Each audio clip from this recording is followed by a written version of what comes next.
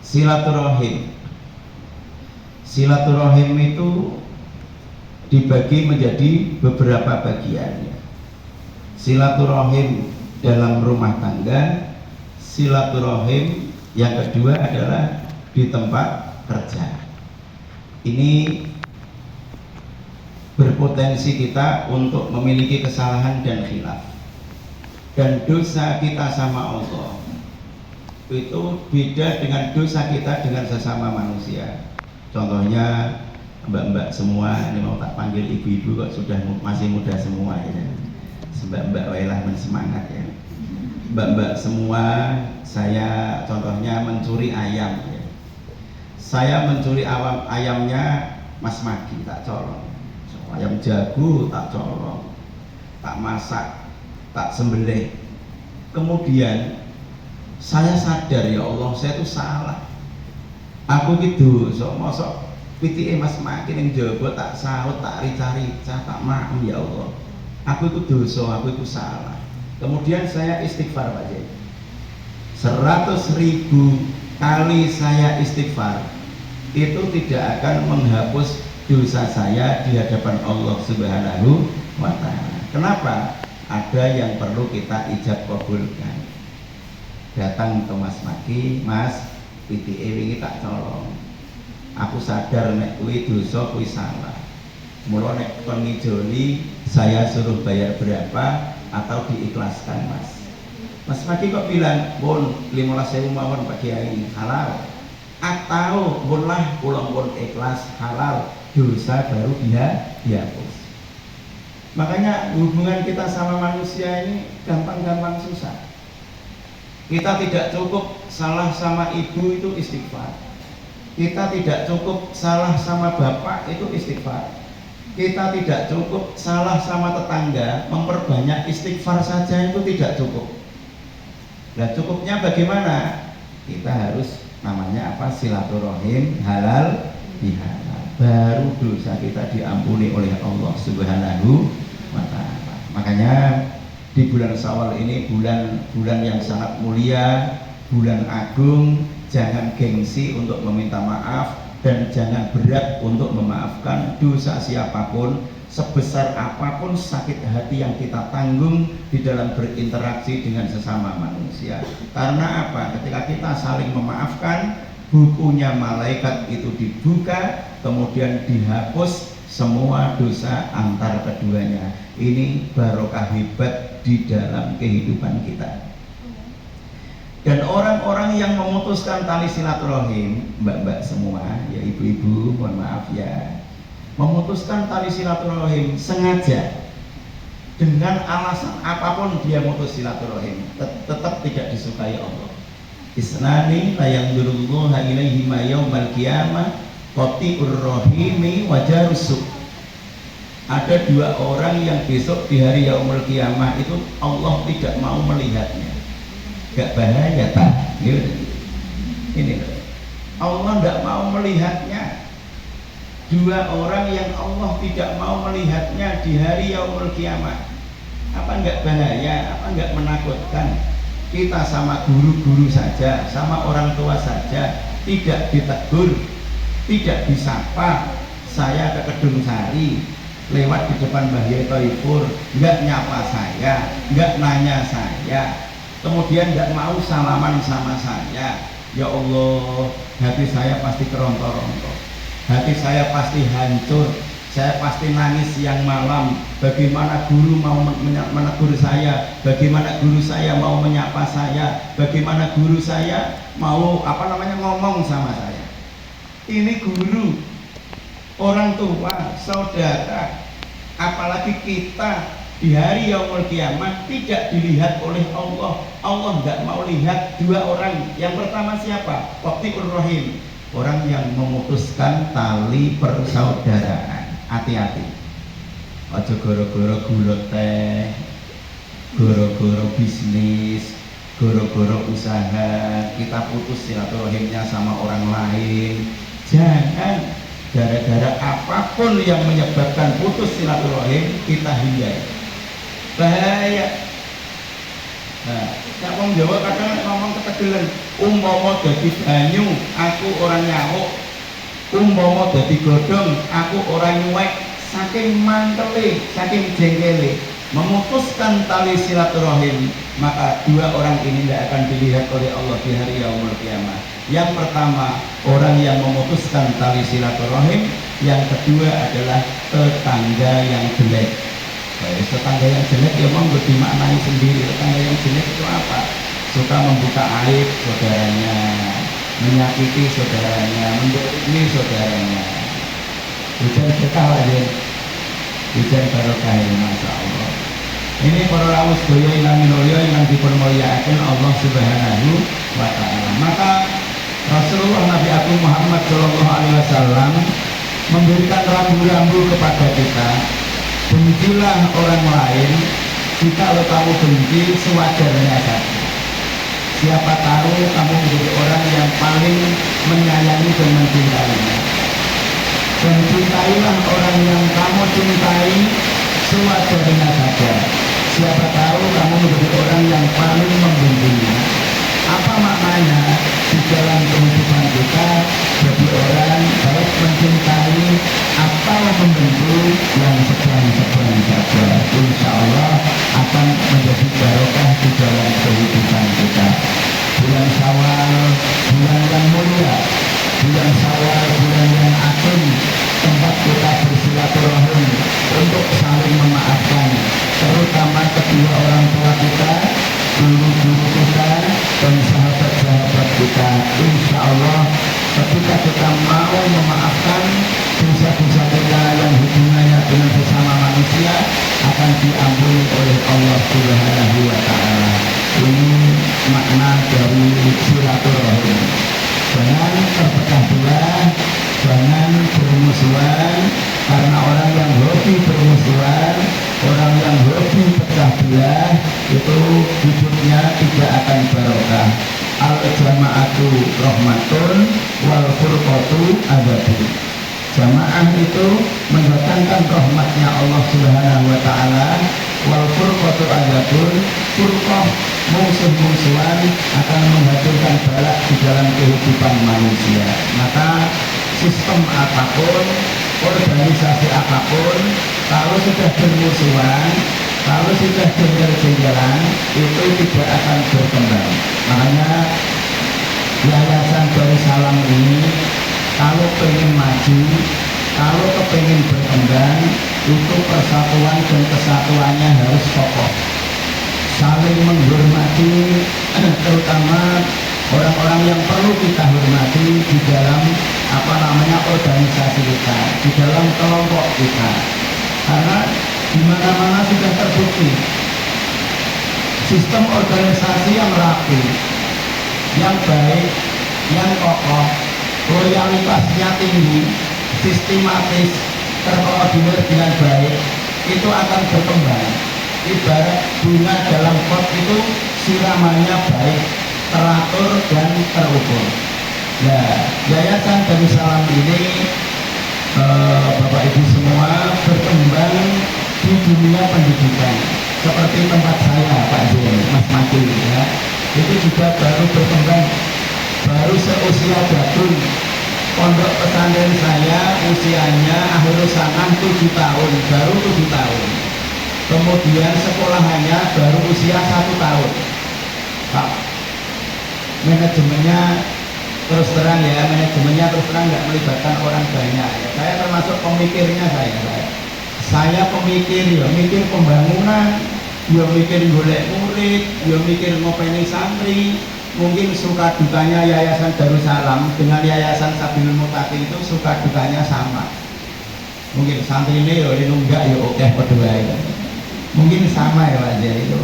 Nah itu kadang non sewu iuran makan di tempat saya itu kadang 8 bulan nggak bayar Pak.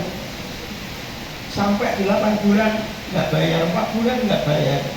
Saya berdoanya, ya Allah, kuatkanlah pondok ini, kuatkanlah yayasan ini dengan ridho dan belas kasih-Mu ketika kami belas kasih sama hamba-hamba-Mu.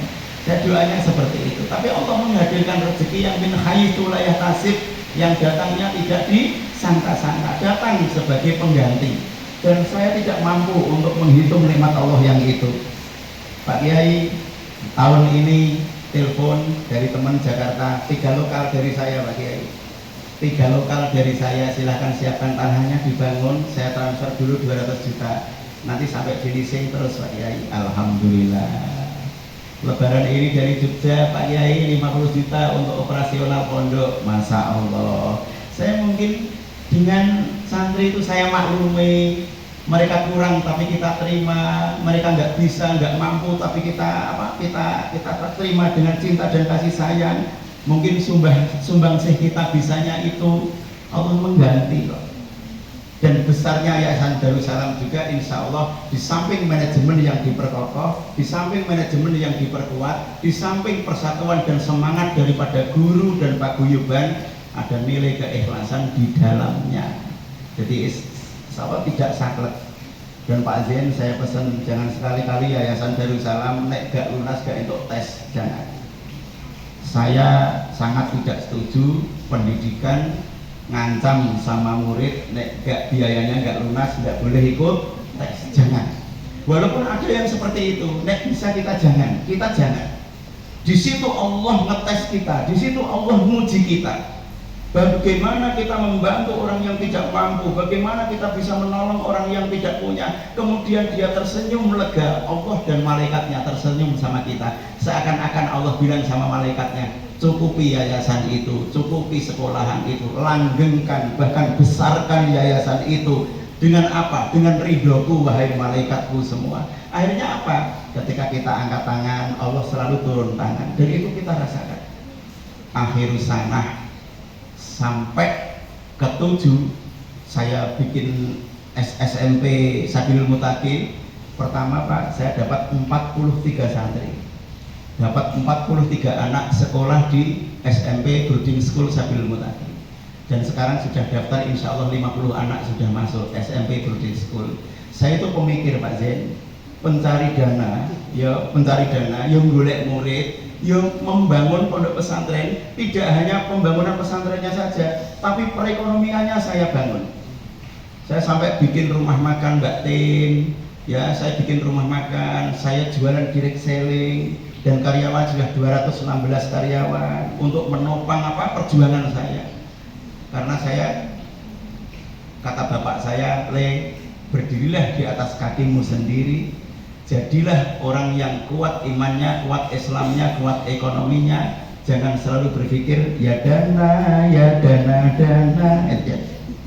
Jangan selalu, tapi ekonomi mandiri. Dan mudah-mudahan Bapak Ibu semua, Yayasan Darussalam ini ke depan dengan roh keikhlasan yang saya sampaikan tadi, di samping manajemen yang profesional, kerja yang kompak, semangat, saling menghormati sesuai porsinya, insya Allah yayasan ini akan tumbuh menjadi besar, dan insya Allah akan berkembang seiring waktu, menjadi salah satu solusi tantangan zaman di tahun-tahun yang akan datang. Amin Allahumma amin. Makanya itu saya matur, di samping kita cerita-cerita tentang silaturahim dan halal bihalal, kita berdiri dalam porsi yang sama, yaitu pejuang-pejuang pendidikan. Mudah-mudahan syukur bisa sinergi dengan saya, SD dari Darussalam bisa sekolah di SMP Sabilul Muttaqin Kalimiru, dan programnya ayo kita bangun, mau program hadis, program tahfidz dari kecil nanti kita siapkan. Insya Allah kalau sinergi, insya Allah nanti tumbuh besar bersama, insya Allah. Bapak Ibu yang dimuliakan Allah Subhanahu wa Ta'ala, itulah nikmat dari Allah. Salah satunya adalah kita menjadi orang yang bermanfaat. Khairun nas anfa'ahum linnas. Sebaik-baik manusia adalah yang banyak manfaatnya untuk manusia yang lainnya. Dan menjadi pejuang pendidikan itu luar biasa, baik pendidikan umum maupun pendidikan agama. Bapak saya Simbah Kiai Sobari, Mas Maki ini, tolong Mas Maki jenengan yang masih muda, Gus, juga ke depan diharapkan bisa memimpin pondok pesantren. Mas Maki digatek tenan ini saya ngomong. Bapak saya bikin sekolah, saya MI kelas 2 ya. Itu dapat wakaf Pak Z. Dapat wakaf dibikin sekolah. Tetapi salahnya Bapak itu administrasi ke badan wakaf atau melibatkan KUA untuk dapat sertifikat badan wakaf itu tidak. Sehingga ketika operasional sekolah sudah berjalan, mulai pendidikan, anak-anaknya itu yang ahli warisnya orang yang wakaf itu datang ke sekolahan untuk meminta tanah itu kembali. Ya mungkin dia nggak paham itu dosa, nggak paham itu sudah diwakafkan, itu mungkin dia nggak paham. Dimintalah, akhirnya sekolahan 3 lokal itu dirobohkan Pak. Saya masih SMI kelas apa namanya, kelas 2 itu sudah lihat saya sekolah itu dirobohkan rata dengan tanah, ditanemin pohon jatinya sampai sekarang kalau saya pulang halal bihalal masih ada Pak Zia. Saya kalau lewat Merbus Mili itu sekolah saya dulu, bapak kepala sekolahnya bapak dirobohkan, ya Allah, bapak nangis ya, bapak itu nangis ya, sekolahan itu pindah di mana, di desa, di rumahnya tetangga. Kelas 1 di tempatnya Pak Musa, kelas 2 di tempatnya Pak Solikin, kelas 3 di tempatnya Pak Jumadi, sampai 6 kelas dipindah di rumah-rumah orang itu, digelari terpal itu. Akhirnya saya tamat MI, saya mondok ke Kudus, ditempatin Mbah Harwani, Mbah Nur Mutakin Amin. Saya mondok ke Kudus, di sana bapak saya rasan-rasan sama Mbah Nur, diberi ijazah sama Mbah Harwani Kudus itu ya. Bapaknya Pak Ulin sama Pak Bab itu mungkin Mbah Mas Udi dulu alumni sana ya. Mbah Sobari dalam Mbah Yai, ojo kuwatir, bumi iku duweke Gusti Allah. Ojo kuwatir, bumi iku duweke Gusti Allah, ora weke menungso. Nek ana menungso sing angah-angah serakah dijaluk Allah kok ganti, wong Allah ki sugih. Jenengan tak kei PR maca sholawat nariyah 4444. Ini sing wong NU kadang nggo urunan sholawat nariyah. Saya enggak mau komentar saya. Sholawat nariyah urunan 50-an, selawean kayak gitu. Nek niat baca ya sendiri 4444 atau jamaah kita 4444, itu lebih mengena, lebih sesuai ijazah dan lebih hebat dorongannya, powernya itu. Orang urunan, kelompok setor selikur, kelompok setor 24, ya gue tak kayak nikmat selikur tok. Nah ini akhirnya apa? Bapak saya dapat tanah sekitar hampir 1 hektar, dikasih orang namanya Pak Dirustam. Pak Dirustam itu, Mbah Yai Rustam itu mondoknya di Makolikul Falah, muridnya Mbah Dullah Salam, Kajen, Margoyoso, Pati di situ. Matolek di Matolek sana. Pak D ngomong sama bapak, Lek Sobari, kayak sekolahan apa tanahku lek arep dituku murah gawe sekolahan ya kono. Itu satu majelis 4444 hatam itu Pak Dirus itu ke tempat saya bilang, kene arep digawe sekolahan monggo. Masyarakat nggak tinggal diam, nggak punya uang urunan gabah dulu waktu itu. Untuk membebaskan tanah yang murah itu 1 hektar kepegang, bangunannya terbangun, Yayasan Tarbiyatul Banin jadi TK MI MTS, Masya Allah terwujud kembali dan perkembangannya luar biasa. Karena apa? Ada rasa cinta guru, pengelola, komite. Kalau ada rasa cinta itu nilai plus yang sangat luar biasa dari yang kita kelola. Tapi kalau tidak ada ruh rasa cinta di dalam pengelolaannya, wah udah, wong seneng mobil itu mesti dilap, wong seneng mobil itu mesti diservis, wong seneng mobil itu mesti disetiker-setiker, wong seneng mobil mesti dimodif-modif. Gitu kan? Orang suka mobil itu pasti dirawat agar kinclong, agar disawang itu orang enak, agar dijual itu nilainya mahal. Nah, organisasi sekolahan apapun kalau dirawat nilai jualnya akan mahal. Ibu-ibu jangan kaget ya, ada orang masuk sekolah 30 juta, masuk sekolah awal 25 juta. Ihsanul Fikri itu berapa sudah sekarang? Mungkin 25 sampai 30 juta. Loh kenapa orang kok mahal kok bayar, mahal kok nolak murid? Kenapa? Karena nilai jualnya sudah bagus, nilai jualnya sudah jos, fasilitasnya hebat, manajemennya luar biasa. Ada orang itu permainan tombol, instruksi pondok pesantren yang santrinya 15.000 hanya permainan tombol, tetek, bergutuk, udah masuk semua. Masya Allah, tetek keluar semua. Jam madrasah, nggak usah teriak-teriak madrasah, karena manajemennya dan aturannya sudah luar biasa, bersih, pelayanannya bagus, sistem makannya bagus, sistem pendidikannya bagus, nilai jualnya tinggi. Bagaimana kita bisa membuat nilai jual yang tinggi? Ini yang baru kita pikirkan bersama, karena kita sama-sama baru berkembang. Ini kita pikirkan Pak Zain, piye carane sekolah kita itu diterima, dicintai, norak murid. Seperti di pondok kita Kudus, gitu, gelem ra gelem isih ngompol, kudu visitor ki ono. Masih ngompol, sudah tidak berhenti ngompol, sudah nggak ditompol. Masih ngompol, sudah dikirim ke Kudus. Cuma menerima sekian murid saja. Kalau mau daftar lagi tahun depan, nilai jualnya mahal. Tidak takut tidak kebagian murid. Ini yang perlu kita pikirkan sama-sama. Bapak saya menginspirasi saya, kalah bondo menang dungo, kalah duit menang wirid. Jangan meninggalkan manajemen dunia, jangan meninggalkan manajemen akhirat. Ya ono simaane Al-Qur'an, ya ono sholawate, ono mujahadai yang kepingin sebuah organisasi itu berkembang pesat.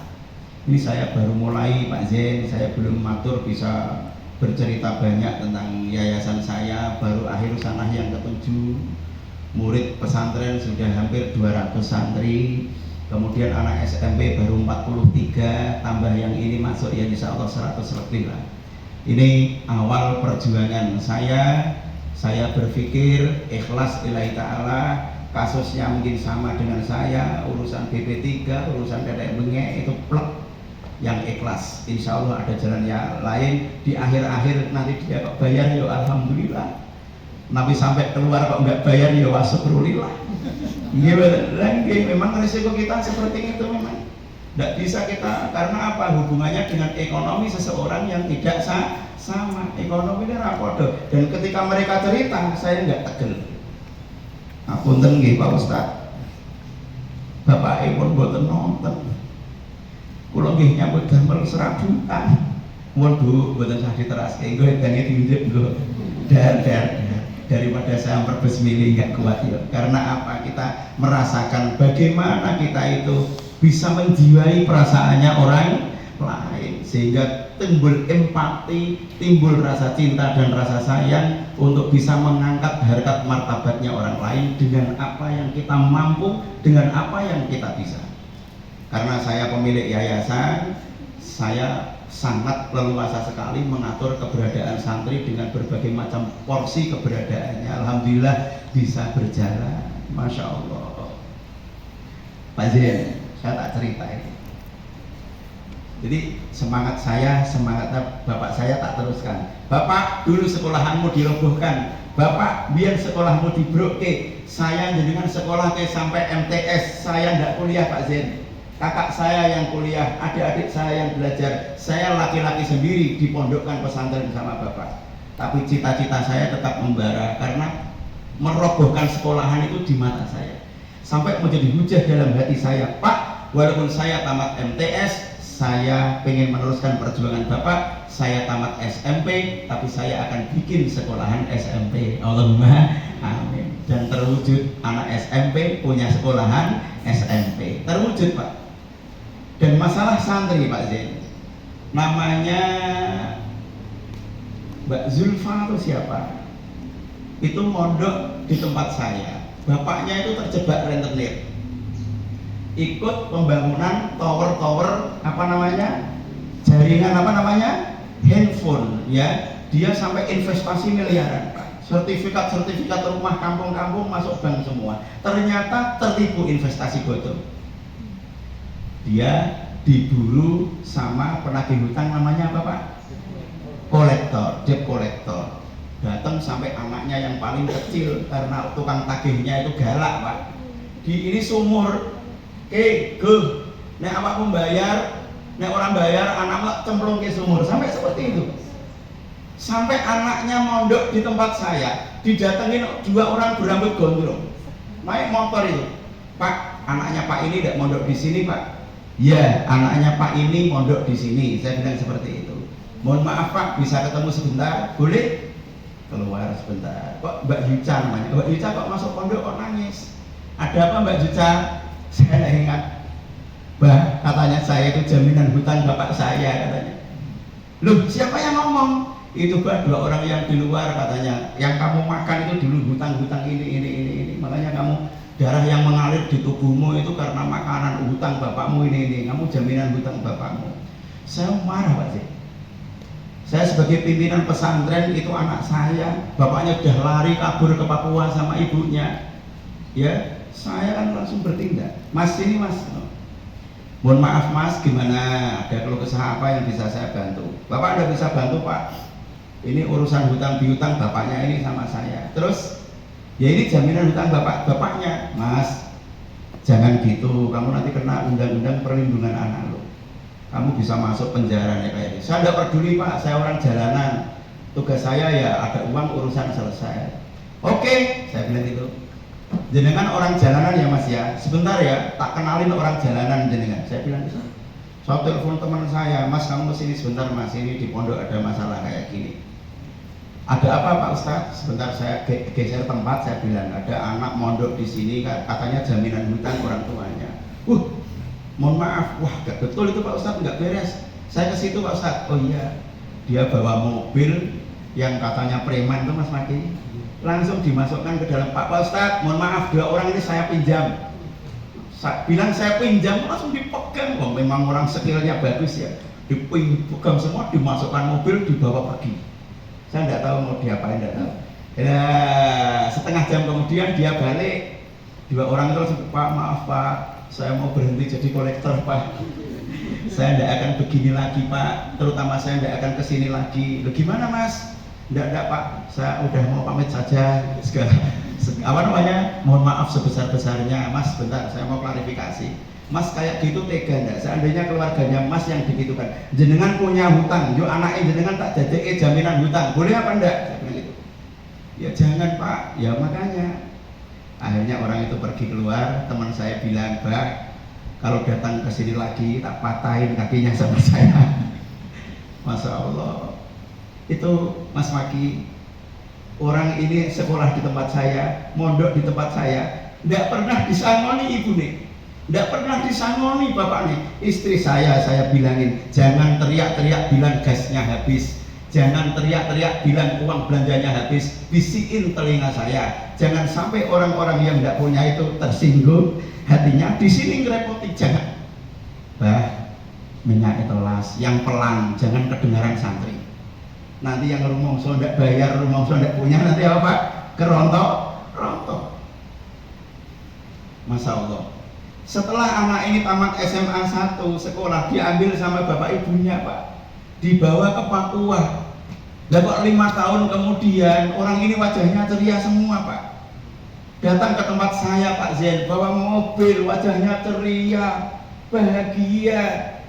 Dan beliau bilang apa? Bah, biyen kula titip Yuca, ra iso nyangoni opo-opo. Saya tidak bisa memberikan apa-apa. Bah, saya sudah sukses di Papua. Saya sudah punya karyawan. Saya bergerak di dunia teralis, bikin pagar-pagar, pintu-pintu dari besi itu, Bah. Saya buka rumah makan juga di Papua. Bah, tondo tresno saya karena saya belum mau balik pulang ke Purworejo. Saya punya tanah di sebelahnya Pondok Mbah Halwani, Bah. Ring Road. Ini sertifikatnya tak kasih karena ada 2 perjuangan. Ini orang kasih, Allah tuh balas pada titik waktu yang berbeda. Walaupun awalnya dia ngerusui kita tidak punya apa-apa, tapi Allah, "Faman ya'mal mithqala dzarratin khairan yarah, wa may ya'mal mithqala dzarratin syarran yarah." Dunia hingga akhirat balasannya itu ada. Mayyassara 'ala mu'sirin yassarahu Allahu 'alaihi fid dunya wal akhirah. Siapa yang memudahkan urusan orang lain di dunia, Allah akan memudahkan urusan orang itu dunia hingga akhirat. Innallaha fi 'aunil 'abdi ma kana al-'abdu fi 'auni akhi. Allah akan menolong seorang hamba jikalau hamba itu mau menolong saudaranya. Akhirnya tanah yang di sana karena boleh dijual, saya jual untuk beli tanah di belakang pondok pesantren saya, luasnya 1.400 meter wazin. Masya Allah.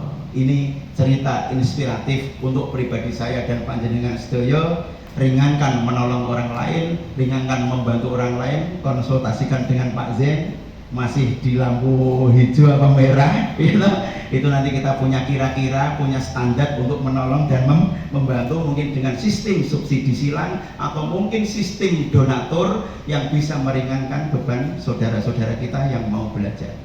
Jangan kita tolak orang yang belajar atau apa. Insya Allah Allah akan tolong dan bantu min haitsu la yahtasib, dari jalan yang tidak disangka-sangka. Ini orang yang awalnya nggak bisa bantu apa-apa, bayar apa enggak, makan aja nggak bisa bayar, tapi ketika sukses dia ingat sama kita.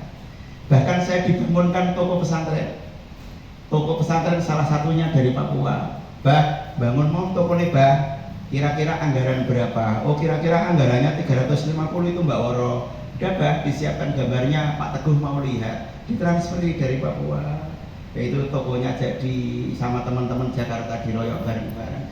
Kita diberikan kemudahan yang mudah oleh Allah. Kenapa? Karena kita banyak memudahkan orang lain. Mudah-mudahan Yayasan Darussalam ini berdiri dengan ruh dan pondasi keikhlasan, sehingga kemanfaatannya nanti Allah yang atur. Insya Allah akan berkembang, insya Allah akan maju. Saling mendoakan, tempat saya juga didoakan, sini juga saya doakan. Mudah-mudahan Yayasan Darussalam berkembang pesat dan diridhoi oleh Allah Subhanahu wa Ta'ala. Dan kita doakan Pak Zen sekeluarga sehat, panjang umur, Bapak Ibu guru sehat panjang umur, semua paguyuban sehat panjang umur, sehingga bisa meningkatkan karya yang lebih baik di tahun-tahun yang akan datang. Amin Allahumma amin Allahumma amin. Ini Bapak Ibu. Yang ketiga, ya, makna daripada silaturahim menyambungkan tali kasih sayang, ada titik penting yang jangan kita lupakan. Yang pertama siapa? Orang tua kita. Yang kedua kita siapa? Yang kedua siapa? Guru-guru kita. Yang ketiga siapa? Sahabat-sahabat dan partner-partner kita. Hidup itu tidak bisa sendiri. Hidup itu, makhluk sosial itu bersama orang lain. Makanya maklumi orang lain, maafkan orang lain. Karena apa? Jangan menuntut sempurna di dalam kehidupan. Istri jangan dituntut sempurna, suami jangan dituntut sempurna, sahabat jangan dituntut sempurna. Selagi bernama manusia pasti ada kekurangan dan kekhilafan. Mudah-mudahan dengan ilmu hati yang seperti itu, di dalam berinteraksi dengan manusia, kita bisa memahami, kita bisa mengerti, bisa memaklumi, bisa seiring sejalan. Walaupun berbeda seperti sepatu, tetapi seiring sejalan akan tetap sampai kepada tujuan. Kemudian yang terakhir, pungkasan Bapak Ibu, hidup adalah kesempatan berbuat baik. Makanya ketika hablum minan nas kita sudah beres, urusan dengan Bapak Ibu sudah beres, hubungan keluarga sudah beres, dalam arti bisa saling memaafkan, luaskan ke tengah-tengah masyarakat. Ya, masa itu artinya banyak, rakat itu artinya raket, masyarakat wong akeh sing podo raket. RT singkatane rukun tetangga, RW singkatane rukun warga, semboyane negara Indonesia itu Bhinneka Tunggal Ika. Walaupun berbeda-beda tetapi tetap sama. Baterainya habis. Baterainya habis. Bapak Ibu yang saya hormati dan saya muliakan, luaskan ke tengah-tengah masyarakat. Kalau ada gajah mati, itu meninggalkan gading. Harimau meninggal, meninggalkan tulang. Manusia meninggal dunia, harus ada kebaikan yang dikenang oleh orang lain.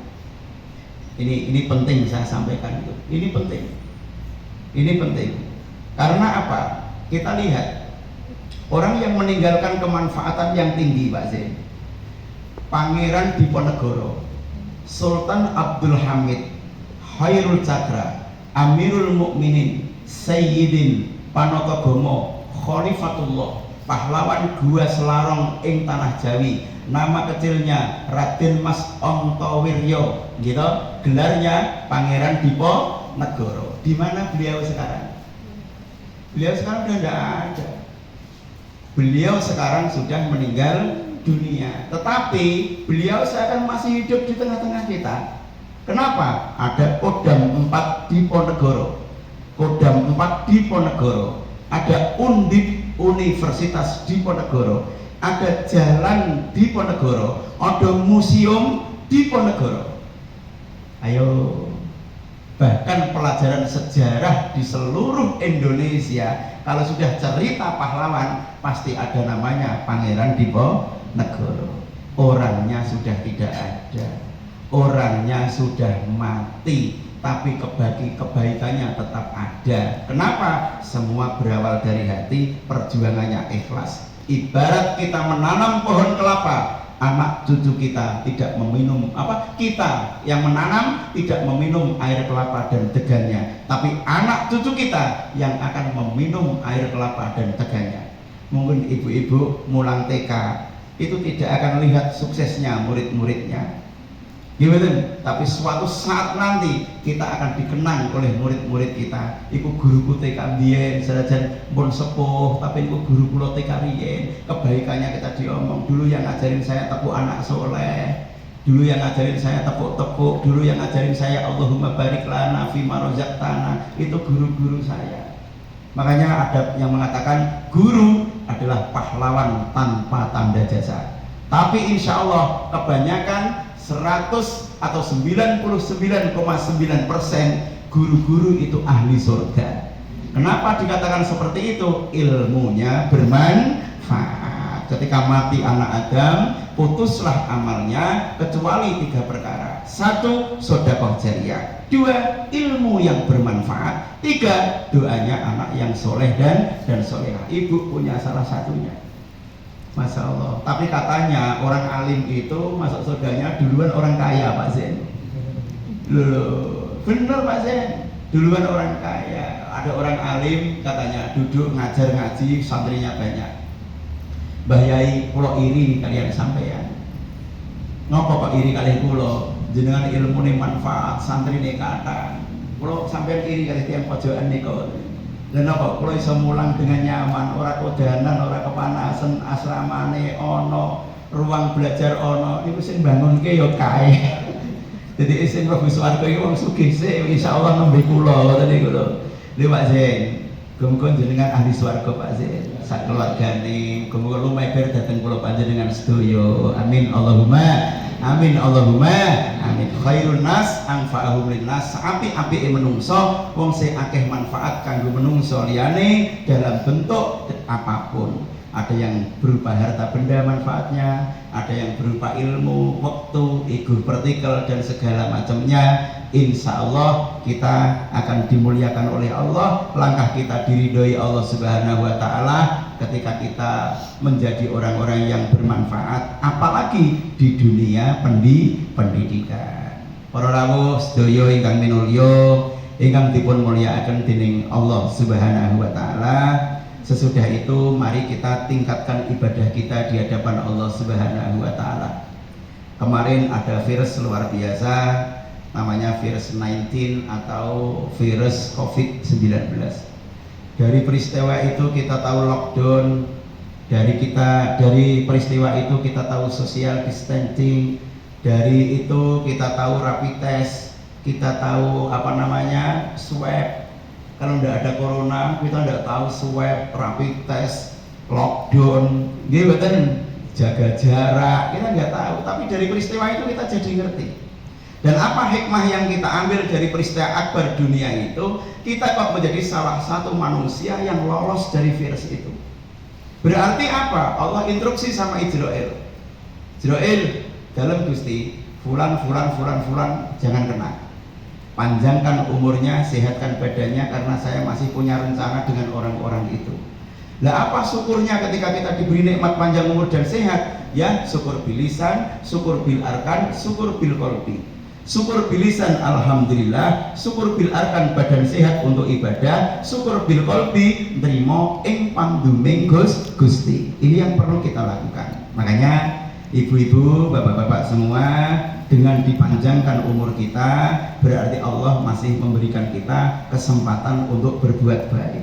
Berbuat baik dengan harta kita, berbuat baik dengan ilmu kita, berbuat baik dengan pangkat dan jabatan kita. Allah masih memberikan kelonggaran. Makanya di bulan Syawal ini bareng-bareng saya menasihati diri saya sendiri dan Bapak Ibu semua, ayo kita tingkatkan iman dan takwa kita kepada Allah, ibadah dalam keluarga, ibadah bersama dengan jamaah-jamaah kita, mari kita tingkatkan. Bikin event-event yang bisa meningkatkan iman takwa, bikin kegiatan-kegiatan yang bisa meningkatkan iman dan takwa, kegiatan-kegiatan yang bermanfaat dan diridhoi oleh Allah Subhanahu wa taala. Amin Allahumma amin. Seperti saudara-saudara kita yang dari Pati, Ibu Hajah Minang itu membuat JMKH, kumpul-kumpul diwadahi sama nama Bu Minang, bikin persatuan hafidhah seluruh Indonesia. Usulan-usulan kayak gitu, terobosan-terobosan gitu, kalau tidak bisa skup nasional ya skup wilayah, nek ra iso ya skup desa,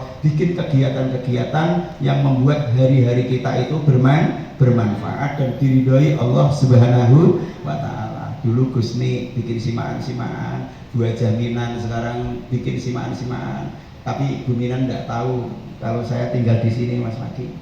Saya tinggal di Purworejo, beliau nggak ngerti, saya nggak cerita. Nah, cerita ya mungkin jujukannya di tempat saya terus ya.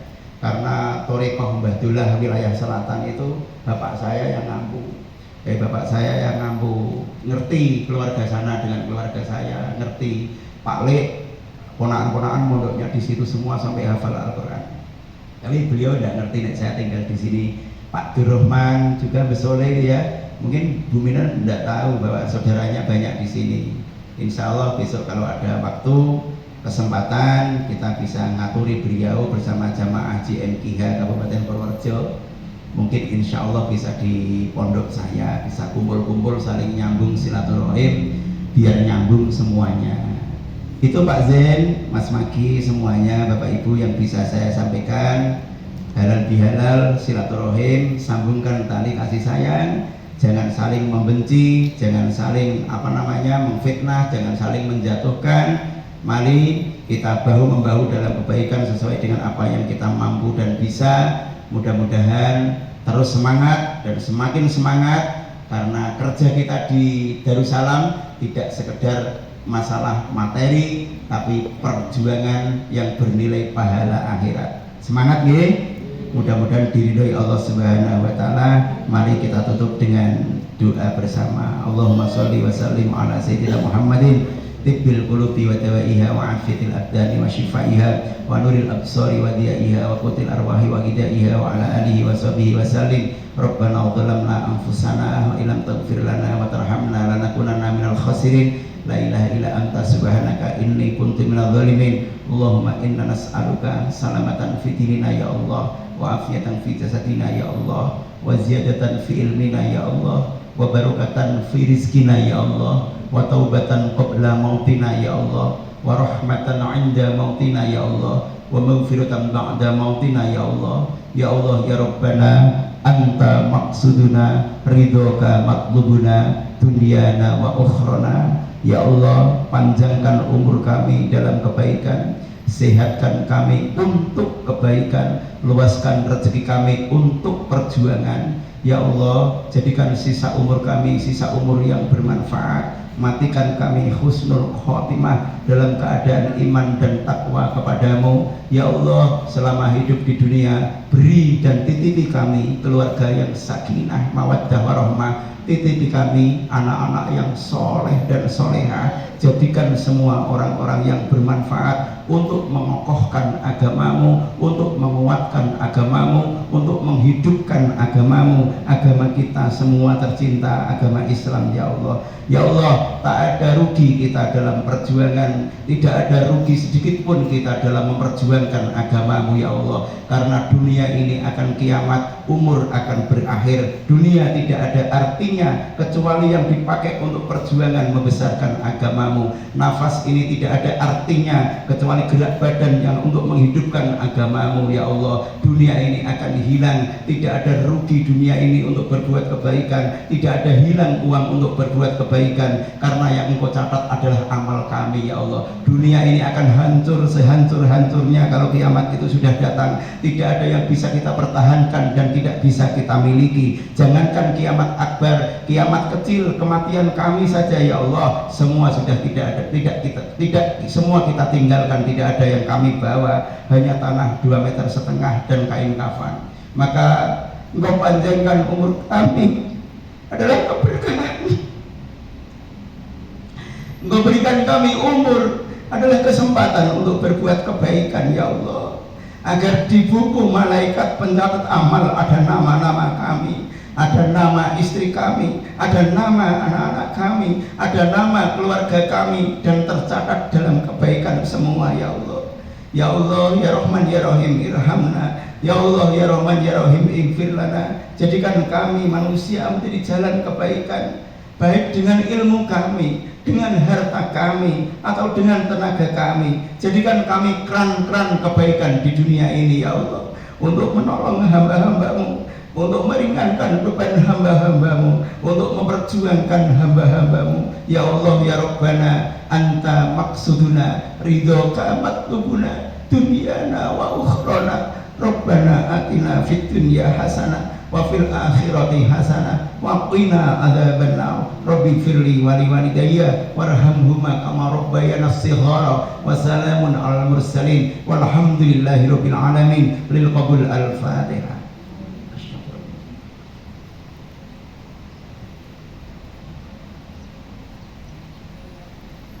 Mohon maaf segala kekurangan. Usikum wa nafsi bitaqwallah. Wassalamualaikum warahmatullahi wabarakatuh.